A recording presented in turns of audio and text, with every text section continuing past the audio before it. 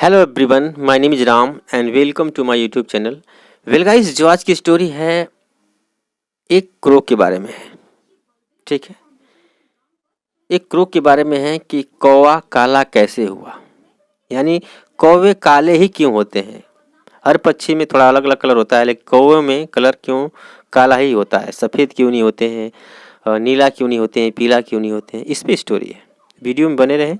बिल्कुल easy way में मैं पढ़ाने की कोशिश करता हूँ ताकि आप अच्छी तरह से हर सेंटेंस समझ सकें। ओके, थोड़ा जूम कर लेता हूँ ताकि आपको अच्छी तरह से देखने को मिलेगा। ठीक, बने रहे वीडियो। यहाँ लिखा है how the crow got his black colour. How the crow, how मतलब कैसे, कि कैसे कौवे को गॉट मिला हिज ब्लैक कलर, यानी कि काला रंग। कौवे को कैसे काला रंग मिला, इस पे स्टोरी की मेन हेडिंग है। यहाँ पे जो गाइस गॉट है ना, गेट के काफ़ी सारी यूज हैं जो मैंने अध्ययन किया हुआ है। मेरे ख्याल से 11 यूज है गेट के। एक यूज होता है गेट का पाना के सेंस में, जब कोई भी चीज़ हमें मिल जाती है वहाँ पे हम गेट का यूज करते हैं। ठीक है, अब देखते हैं story. Jen ran to his mother with a picture and asked, "Mummy, why are crows black?" Okay, Jane नाम का एक लड़का था, समझ लीजिए ऐसे। रैन टू हिज मदर, ये रन की सेकेंड फॉर्म है रैन, यानी दौड़कर। टू हिज मदर, अपनी मम्मी के पास गया। विद अ पिक्चर, यानी एक तस्वीर के साथ। ठीक है, एंड और आस्ड, पूछा।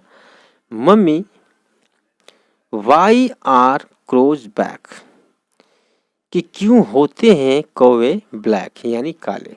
अपनी मम्मी से क्या पूछा कि कौवे क्यों काले होते हैं। मम्मी लाफ्ड एंड सेड, अच्छा, जेन की मम्मी ने पहले तो हंसा। लाफ्ड मतलब हंसना होता है, ये हंसा। एंड सेड, और कहा। वेल, अच्छा।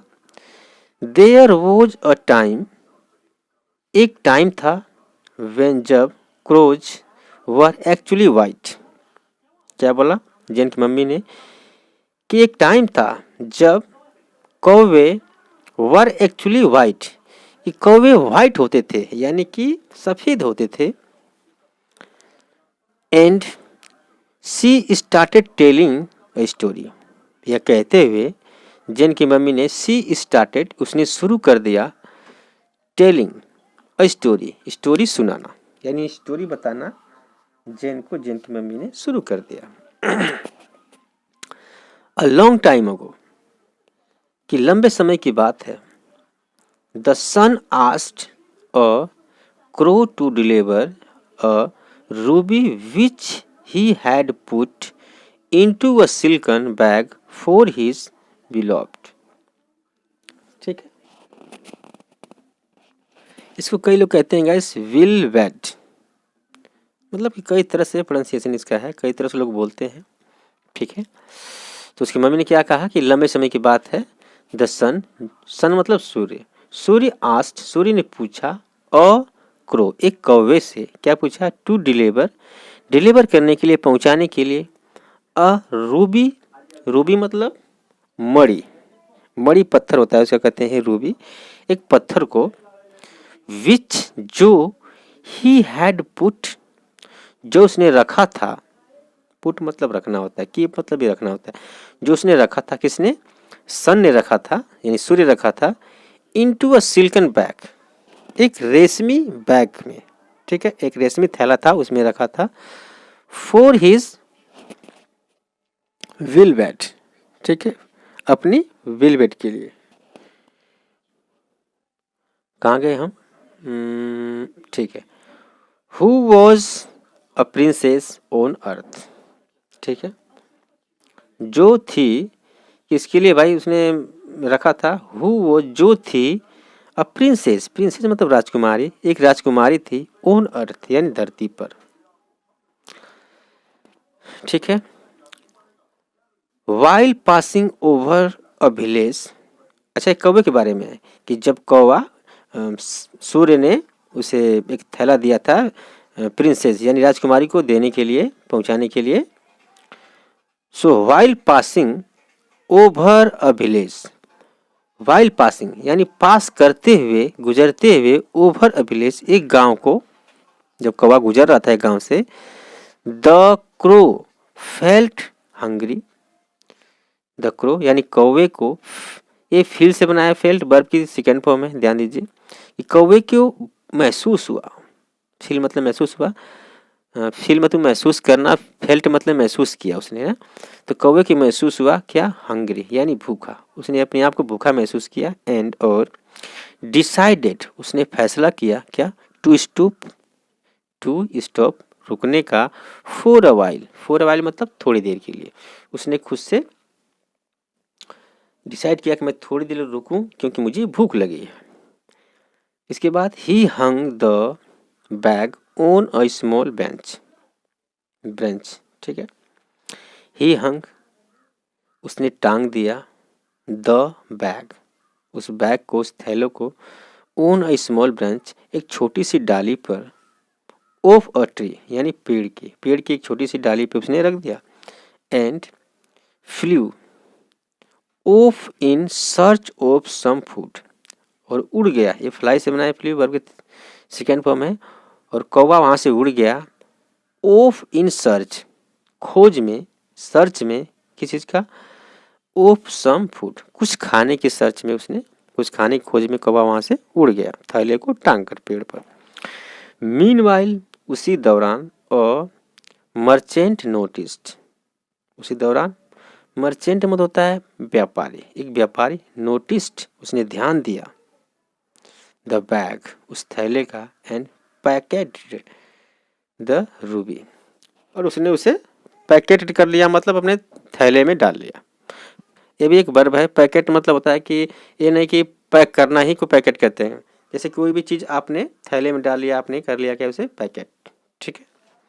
तो उस मर्चेंट ने उस बैग को अपने थैले में डाल लिया।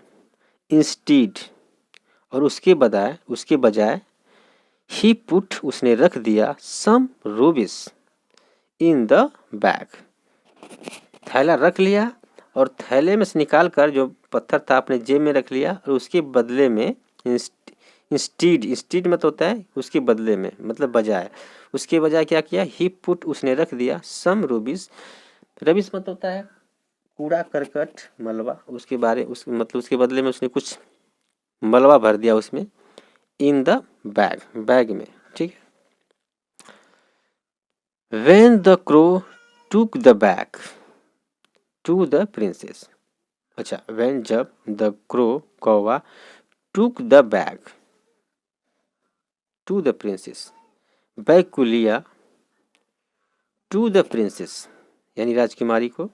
अच्छा, यहाँ पे कुछ मिस्टेकिंग लग रहा है कि जब द क्रो यानी कौवे ने, यहाँ पे होना चाहिए गिव के सेकेंड फॉर्म गेव, कौवे ने दिया, क्रो गिव कौवे ने दिया, द बैग थैले को, किसे, टू द प्रिंसेस राजकुमारी को। कई बार टाइपिंग में मिस्टेक हो जाता है। इसके बाद सी सो जब उसने देखी, द रबिश मलबा यानी कूड़ा करकट, इन द बैग थैले में, एंड और बिकम फ्यूरियस मतलब होता है बिल्कुल आग बबूला हो जाना।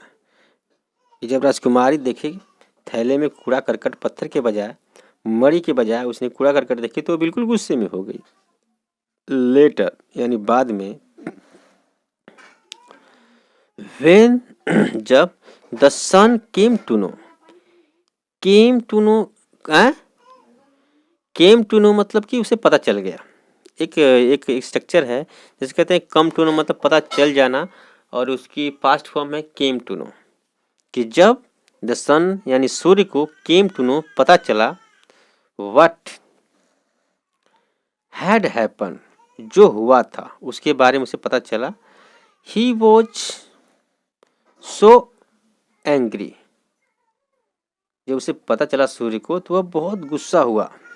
ठीक है, बहुत गुस्सा हो गया। That under his burning glare, ठीक है, अपनी चमकती हुई, बर्निंग यानी जलती हुई, अंडर ग्लेयर अपनी चमकती हुई मतलब उस आग में, ऑल द फीदर्स, फीदर्स मतलब होता है पंख, सारे पंखों को, ऑफ द क्रो कौवे को, गोट स्कोर्च्ड एंड टर्न ब्लैक, क्या कर दिया, सूर्य ने स्कॉच कर दिया यानी जला दिया, मतलब कि जला क्या दिया, बिल्कुल ब्लैक कर दिया, टर्न कर दिया उसको, वाइट से यानी सफ़ेद था तो उसको ब्लैक कर दिया। ठीक है, यही स्टोरी थी। मैं ऐसे कर देता हूँ ताकि इसका भी आप इसकी नोट ले लें, ताकि आप घर पे प्रैक्टिस कर सकें। सो गाइस, मिलते हैं नेक्स्ट वीडियो में। थैंक्स फॉर वॉचिंग, धन्यवाद।